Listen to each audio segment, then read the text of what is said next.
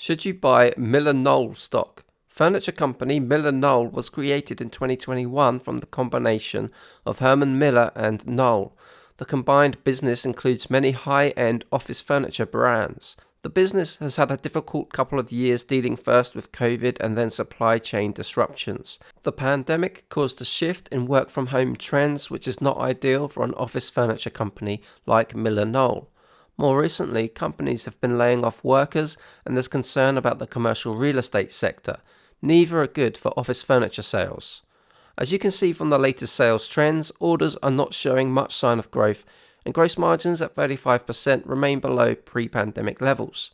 Right now, the company has a market cap of 1.3 billion, but with 1.4 billion of debt, the enterprise value is roughly 2.5 billion. Revenue over the last 12 months got a boost from the Knoll acquisition and sits at 4.2 billion. Meanwhile, net income was 68 million, so MillerKnoll is currently valued at 0.6 times revenue or 15 times earnings.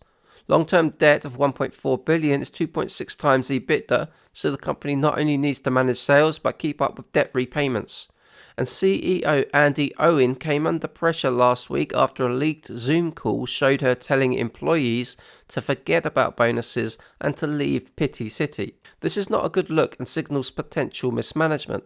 However, the valuation applied to MillerKnoll looks too cheap. You can see that the stock is only just above its COVID lows and the price to sales ratio is below the bottom of its historical average as well. Let's fast forward to 5 years from now and assume that revenues are still at 4.2 billion, but the company has managed to get back to its historical net margin, which is around 5%. Under that scenario, net income would be $210 million in 5 years' time. Apply a 15 times multiple to that figure and you get a market cap of 3.15 billion, which works out to an investment return of 19.2% per year. And that's before taking into account the dividend, which currently sits at 4.3%. MillerKnoll stock is under pressure right now, and for good reason. People are working from home more often, companies are laying off workers, the business has significant debt, and management is questionable. But office furniture will still be needed in the future. Debt should be repaid and management may well get replaced.